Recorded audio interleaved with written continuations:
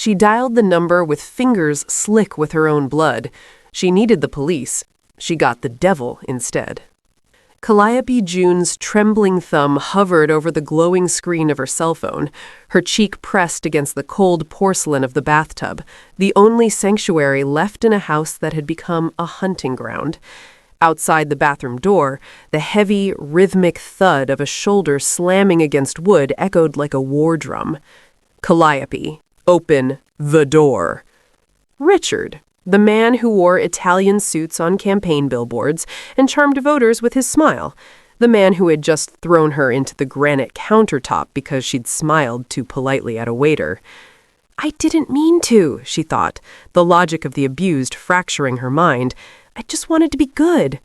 She knew better than to answer him. Silence bought her seconds, but the 911 call would buy her a life. Vision swimming, tears blurring the keypad, she pressed the numbers. 9, she gasped for air. 1, a crash against the door made her flinch, her thumb slipping. 1, or so she thought. She hit call and pressed the phone to her ear, praying for a dispatcher's voice. Police, she whispered, her voice a broken reed.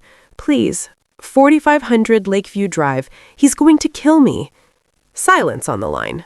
Not the silence of a connection being made, but the heavy, breathing silence of a predator listening in the dark. Who is this?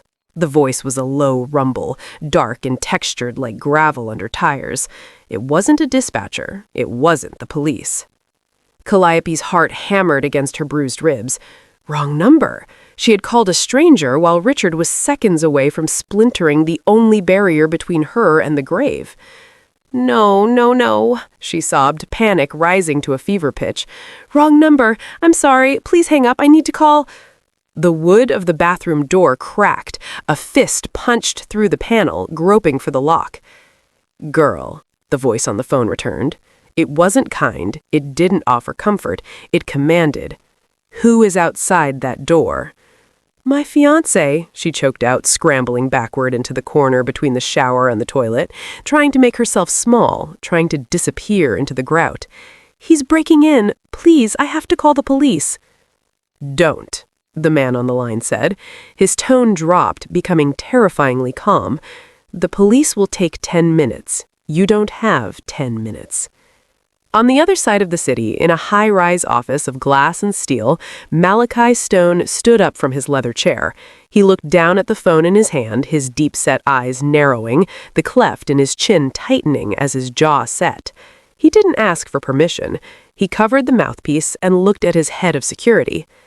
Trace it, Malachi snarled. You have 60 seconds. He returned the phone to his ear. Leave the line open. He's inside, Calliope screamed. The bathroom door exploded inward. Richard filled the frame, his tie undone, his face flushed with the exertion of violence. He didn't look like a politician now. He looked like a butcher. Who are you talking to? Richard roared, crossing the small space in 2 strides. He snatched the phone from her hand before she could beg. He looked at the active call, his lip curling. You think you're clever? You think someone is coming for you? He put the phone to his ear. Listen to me, whoever this is. This is a private, domestic matter. I am Councilman Richard Sterling. If you do not hang up this phone immediately, I will have you arrested for harassment. A pause. Then Malachi's voice came through, loud enough for Calliope to hear from the floor. Keep talking, Richard. I need a voice print to confirm the kill order. Richard froze. Excuse me? I'm not the police, Malachi said. I'm the one they call when they're scared. Crash. The front door of the estate downstairs didn't open. It disintegrated. Richard's head snapped up. What was that? Heavy footsteps. Multiple. Fast. They weren't the hesitant steps of cops checking a perimeter. These were the synchronized, thunderous steps of an invasion force. Richard dropped the phone, reaching for the ankle holster he kept for protection. Stay here, he hissed at Calliope, turning toward the bedroom door. He made it 2 steps before the bedroom hallway filled with shadows. Men in tactical gear, silent as death, flooded the room. They didn't yell, freeze. They didn't read rights. They simply parted, creating a path. Malachi Stone walked through. He was terrifying. He wore a charcoal suit that cost more than the house they were standing in. Stubble darkened his jaw, and his eyes were void of any light. He didn't look at Calliope. He looked at Richard like he was a stain on a pristine floor. "Who the hell are you?" Richard shouted, leveling his gun. "I'm a government official. I have rights." Malachi didn't break stride. He moved with the blurring speed of a man who had lived his life in violence. He caught Richard's wrist, the hand holding the gun, and twisted. The snap was loud, wet, and sickening. Richard screamed, dropping to his knees. Malachi stepped over him, holstering his own weapon, and finally looked into the corner where Calliope huddled. The stone wall expression cracked just for a fraction of a second as he took in the bruises on her arms. "I told you," Malachi said, his voice dropping to that low rumble that vibrated in her chest. "I handle it faster."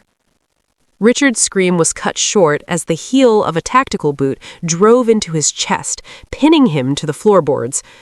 The room swarmed with movement, shadows detaching themselves from the walls, barrels of suppressed rifles trained on the man who had once been the king of Calliope's world. Now, Richard was nothing more than a broken thing beneath the weight of Malachi's enforcers. Calliope pressed herself into the corner of the shower stall, her knees drawn to her chest, trembling so violently her teeth chattered.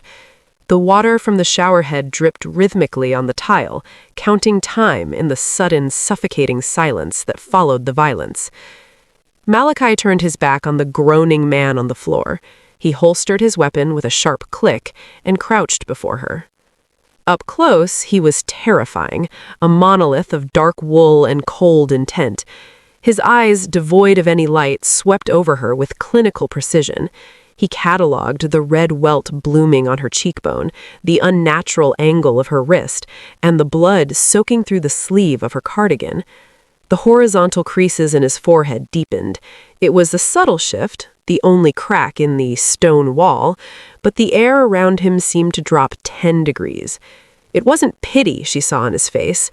It was a quiet, simmering rage that felt far more dangerous than Richard's shouting ever had. Calliope flinched when he moved, throwing her hands up to shield her face. "Please," she whimpered, the word fracturing. Malachi paused, his hand hovering inches from her. He didn't speak. He didn't offer empty platitudes. He simply shrugged off his heavy charcoal overcoat. The movement was fluid, controlled. He draped the garment over her shivering shoulders, enveloping her in a cocoon of warmth. It smelled of expensive whiskey, gun oil, and the metallic scent of rain. He waited for a beat, letting her adjust to the weight, then slid one arm behind her knees and the other around her back. "No, I can walk," she gasped, though her legs refused to obey. Malachi ignored her. He lifted her as easily as if she were made of smoke. Calliope stiffened, her hands hovering over the front of his shirt, terrified to touch him, terrified to let go. His hold was firm, iron hard, yet he held her away from the tactical vest he wore beneath his suit, ensuring the hard ceramic plates didn't press against her injuries. "Clear," he said.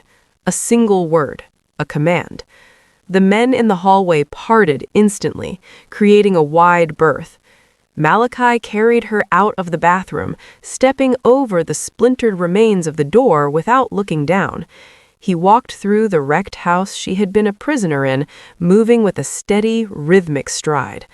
Calliope hid her face in the lapel of his coat, closing her eyes against the spinning world. She didn't know where he was taking her.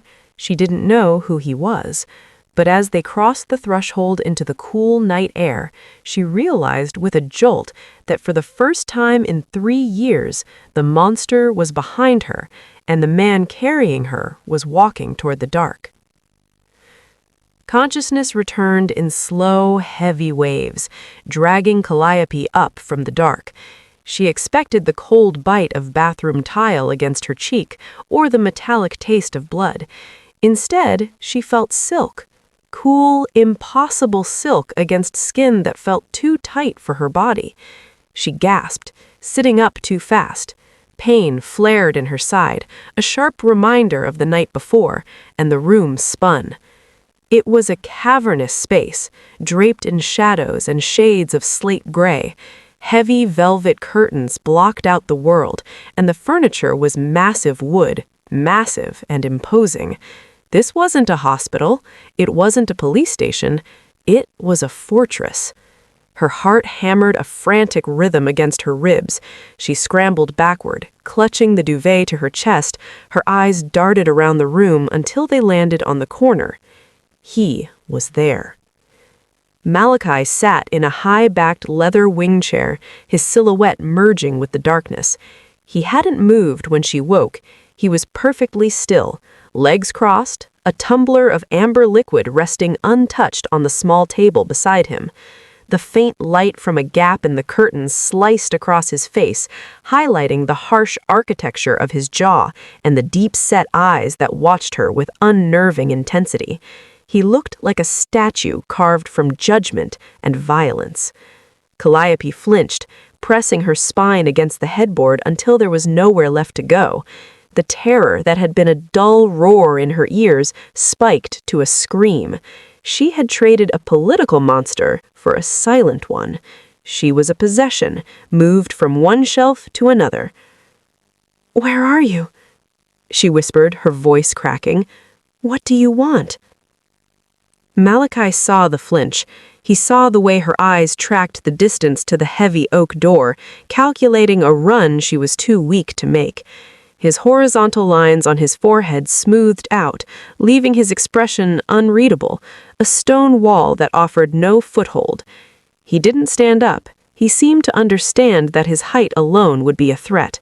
Instead, he leaned forward, resting his elbows on his knees, his hands clasped loosely together. "You called me." "I don't need a doctor." Calliope pulled the silk duvet higher, tucking it under her chin like a shield. The movement cost her. A sharp wince tightened the corners of her eyes, betraying the lie instantly. The elderly man standing at the foot of the bed with a black medical bag looked to Malachi for instruction. Malachi didn't look at the doctor. He looked at the red stains spreading slowly across the white sheets near her ribs. "You're bleeding," Malachi said. He stood from the chair, the leather creaking under the shift in weight. He crossed the room. Calliope shrank back, her knuckles white where she gripped the bedding. She was used to men who demanded access to her body, used to the currency of pain. She prepared for him to rip the covers away, to expose her shame with force. Malachi stopped at the edge of the mattress. He didn't grab her. He waited, his silence a heavy weight that demanded compliance more effectively than a shout. "Show him," Malachi ordered, his voice devoid of heat but heavy with finality. "Or I will hold you down while he works. Choose." Calliope's breath hitched. She looked at the doctor, then back at the dark, unyielding force of the man beside her. With a trembling hand, she lowered the duvet. The silence in the room curdled. She was a map of violence. Mottled purple and yellow bruises bloomed across her collarbone. Her lip was split, swollen and pale against skin that looked translucent in the dim light. Her hair, damp with sweat and matted from the night's terror, framed a face that looked too fragile to exist in his world. Malachi felt a strange, foreign pressure behind his ribs. It wasn't the cold calculation he used for business, nor the annoyance of a complication. It was rage. Pure, white-hot, and structural. It felt like the urge to burn the city down, block by block, until he found the hands that had done this. He stepped closer, intruding on her space. Calliope flinched, her eyes squeezing shut. Malachi reached out. His hand was large, scarred from years of enforcing his own laws. He moved slowly, telegraphing the action. He didn't grab. He extended his thumb, catching the point of her chin. He was careful. He kept the rough grit of his 5 o'clock shadow, the sandpaper texture of his jaw, inches from her face, ensuring only the soft pad of his thumb made contact. He tilted her head up, forcing her to look at him, to see that the violence in his eyes wasn't directed at her. "Fix her," Malachi said to the doctor, never breaking eye contact with Calliope. "If she feels pain, you answer to me." The silence of the estate was heavy, pressing against Calliope's ears like deep water. To her, silence wasn't peaceful, it was a prelude to an explosion. It meant she was unnoticed, and being unnoticed meant she wasn't justifying her existence. Richard had taught her well. Value is earned. If you aren't decorative, be useful. If you aren't useful, you are disposable. She wandered into the kitchen, a vast industrial space of stainless steel and black granite. It was spotless, but her panic found invisible flaws: a smudge on the floor tiles, a streak on the counter. Her breath hitched. She found a bucket and a rag in a utility closet, the smell of lemon cleaner acting as a grounding anchor. Ignoring the sharp, biting pain in her healing ribs, Calliope dropped to her knees.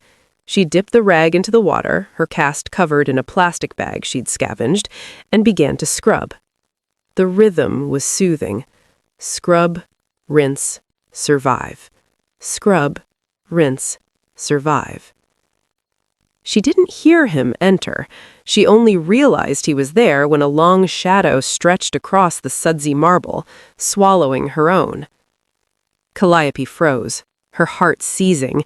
She stared at the pair of polished black Oxfords inches from her hand. She squeezed her eyes shut, her muscles locking up, waiting for the kick. "I'm cleaning," she rehearsed the plea in her head. "I'm being good." "Get up." The command was low, vibrating through the floorboards. Calliope scrambled, slipping slightly on the wet stone, clutching the soapy rag to her chest like a talisman. She didn't look at his face, she looked at his tie, a dark silk knot against a crisp white shirt. "I'm sorry," she stammered, breathless. "I just saw a spot, and I thought, I know I can't pay you. I know this place costs a fortune, but I can cook, and I'm good at housekeeping. I can earn my keep. I promise I won't be a burden." Malachi stared at her. His eyes traveled from her wet knees to the raw, red skin of her good hand, and finally to the desperate terror in her eyes. He saw the programming Richard had installed, the belief that she was only worth the labor she could provide. His jaw tightened, a muscle feathering near his ear. He stepped forward, entering her personal space. Calliope flinched, her eyes bracing herself. Malachi reached out. His hand was large, scarred from years of enforcing his own laws. He moved slowly, telegraphing the action. He didn't grab. He extended his thumb, catching the point of her chin. He was careful. He kept the rough grit of his 5 o'clock shadow, the sandpaper texture of his jaw, inches from her face, ensuring only the soft pad of his thumb made contact. He tilted her head up, forcing her to look at him, to see that the violence in his eyes wasn't directed at her. "Fix her," Malachi said to the doctor, never breaking eye contact with Calliope. "If she feels pain, you answer to me." The dream was always the same. It was the sound of wood splintering, the smell of expensive cologne masking the scent of rot, and the weight of a hand pressing her face into the bathroom tile. Calliope screamed. The sound tore from her throat, raw and jagged, shattering the silence of the estate. She thrashed against the sheets, fighting off phantom hands, her breath coming in short, suffocating gasps. The bedroom door didn't just open, it slammed against the wall with the force of a gunshot. Malachi was there instantly. He wore track pants and a white t-shirt that stretched tight across his chest, a stark departure from his armor of suits. In his right hand, a suppressed pistol was raised, scanning the shadows for a threat that wasn't there. He saw the empty room. He saw Calliope sitting up in bed, eyes wide and unseeing, clawing at the air as if drowning. "Clear," he muttered to himself, the soldier retreating as the protector stepped forward. He holstered the weapon at the small of his back and crossed the room in 2 strides. "Calliope." His voice was sharp, a command meant to cut through the panic. She didn't hear him. She scrambled backward, hitting the headboard, a sob wrecking her chest. "Don't, please don't." Malachi reached for her. He meant to shake her shoulder, to ground her in the present, but the moment his hand brushed her arm, she lunged. She didn't pull away, she threw herself at him, her hands fisted into the fabric of his t-shirt, pulling him down, burying her face in the hollow of his neck. Malachi froze. He stood bent over the bed, his body rigid. He was used to recoil, to impact, to the cold weight of steel. He was not used to this, the desperate, terrifying heat of another human being clinging to him for survival. "He's here," she sobbed into his skin. "He's going to find me." "No." Malachi's hands hovered for a second before descending. One settled on her back, wide and heavy. The other cupped the back of her head, his fingers tangling in her damp hair. "He is not here. You are behind the wall." She wept, her body shaking against his. Slowly, the tension in Malachi's frame began to fracture. The grim, flat line of his mouth, the expression he wore like a shield, softened. His lips parted, a breath escaping him that sounded almost like a surrender. He sat on the edge of the bed, pulling her fully into his lap. He held her tighter than necessary, his chin resting on the top of her head. The air in the room shifted, the scent of her fear mixed with the soap on his skin. As her sobbing quieted into ragged breaths, the dynamic changed. She wasn't just a mission anymore. The warmth of her legs against his, the way her heartbeat hammered against his chest, it woke something in the dark corners of his mind. For the first time, he wasn't just guarding a perimeter. He was holding a woman, and God help him, he didn't want to let go. The flat screen mounted on the library wall was the only source of light, casting a sickly blue glow over the room. On the screen, Councilman Richard Sterling stood behind a podium, microphones clustered like jagged teeth before him. He looked devastated. His tie was loosened just enough to suggest sleepless nights, his eyes red-rimmed. It was a masterclass in performance art.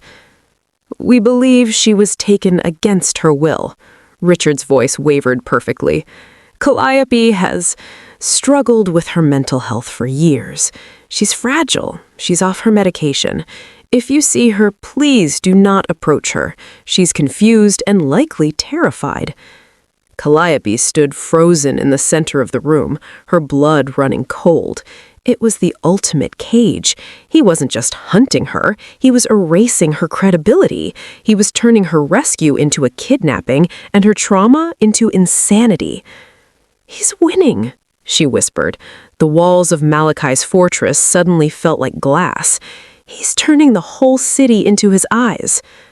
Malachi stood in the shadows near the bookshelf, a glass of whiskey in his hand. He hadn't moved since the broadcast started, his gaze fixed on Richard's pixelated face with the intensity of a sniper acquiring a target. Calliope turned to him, panic making her breath short. "You have to let me go. You don't understand who he is.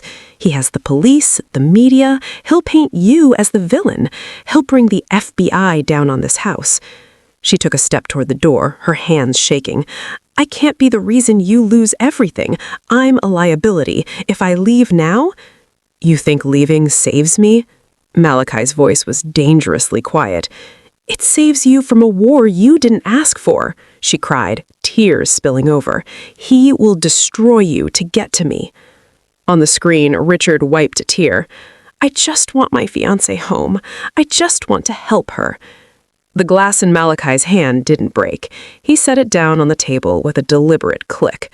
Then, with a sudden, violent motion that blurred in the low light, he grabbed a heavy crystal decanter and hurled it.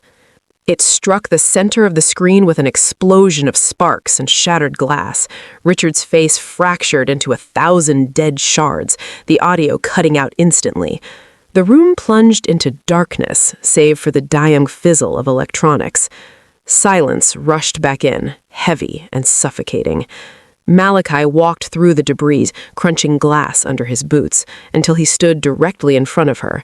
He didn't touch her, but his presence was a physical weight, boxing her in. "He wants a war?" Malachi asked, his voice a low, terrifying rumble in the dark.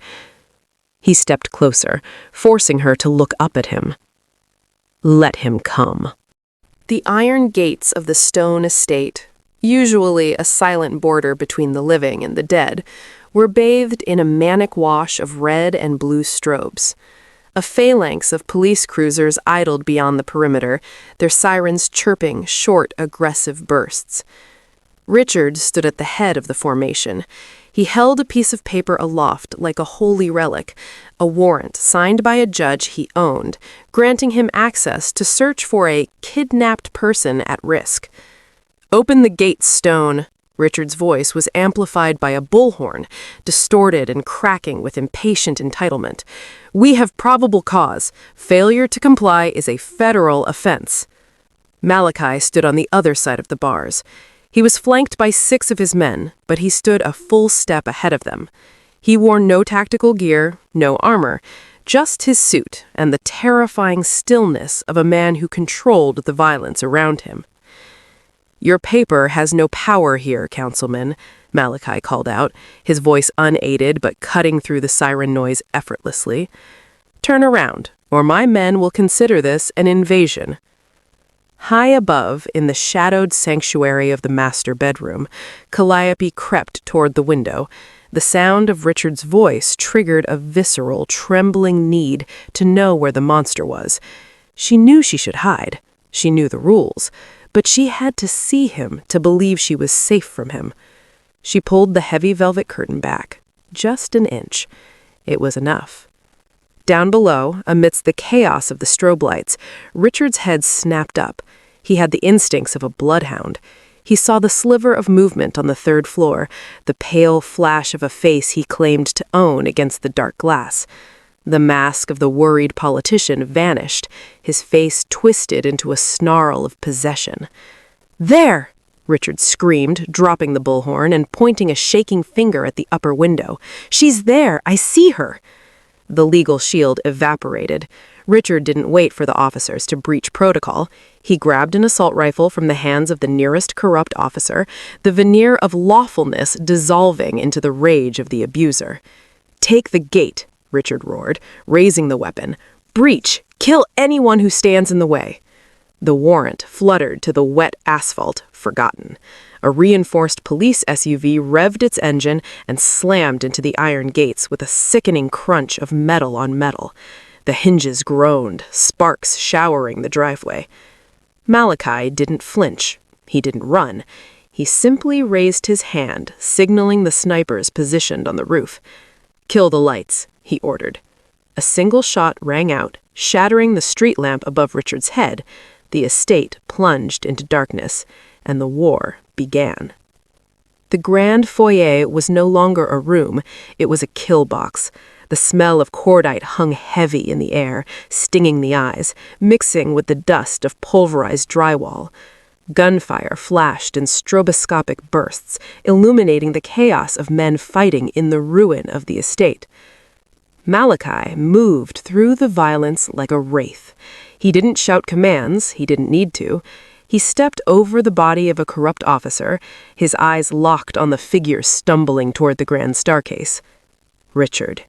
The councilman was frantic, his suit torn, his face smeared with soot. He was screaming Calliope's name, wielding the stolen rifle with the reckless desperation of a man who believed the world owed him whatever he wanted. "Where is she?" Richard roared, firing blindly into the shadows. "Calliope!" He didn't see the shadow detach itself from the darkness until it was too late. Malachi didn't shoot. This was too personal for a bullet. He slammed into Richard with the force of a freight train, driving him back against the paneled wall. The rifle clattered to the marble floor, useless. Richard gasped, the wind knocked out of him, but his entitlement survived the impact. He clawed at Malachi's face, his nails digging in. "Get off me! She's my fiancée! She's mine!" Malachi caught Richard's wrists. The difference in power was absolute. He didn't just hold them, he crushed them, forcing Richard's arms down until they were pinned against the wall. "You broke her!" Malachi snarled, his voice a guttural sound that had nothing to do with humanity. "You broke her in my house." He drove his knee into Richard's gut. Richard doubled over, coughing blood, his knees buckling. Malachi didn't let him fall. He grabbed Richard by the throat, hauling him back up to eye level. The chaos around them seemed to fade, narrowing down to this single, brutal moment of judgment. Richard's eyes were wide, filled with shock. He couldn't comprehend that his status, his money, his threats meant nothing here. I love her," he wheezed, blood bubbling on his lips. "She belongs to me." Malachi leaned in close. The exertion and the sheer, unadulterated hatred tightened the skin around his eyes. The crow's feet, lines etched by years of hard decisions and cold violence, deepened, framing a gaze that promised an eternity of darkness. "That is why you die," Malachi whispered. He shifted his grip. Richard struggled, a final pathetic thrashing of a man realizing he was prey. "You never belonged to you," Malachi said. With a sharp, efficient twist, Malachi finished what the phone call had started. The snap echoed louder than the gunfire. Richard went limp, sliding down the wall to the floor, a broken doll in a ruined house. Malachi stepped back, adjusting his cuffs, and looked up toward the top of the stairs, where the silence waited. The silence that followed the gunfire was heavier than the noise had been. It wasn't empty, it was clinical. Outside, the flashing lights had been replaced by black SUVs. Men in hazmat suits moved through the foyer with industrial vacuums and bleach scrubbing away the evidence of the war. Malachi stood in the library, his back to the door. He was wiping his hands with a rag, the white cloth turning ruinous red. He didn't turn when Calliope entered. He knew her step, lighter now, stripped of the hesitation that had defined her existence for years. "It is done," Malachi said, his voice flat. He tossed the rag onto the mahogany desk. "The police report will say it was a home invasion gone wrong. Richard is a victim. You are a survivor. My name will not appear."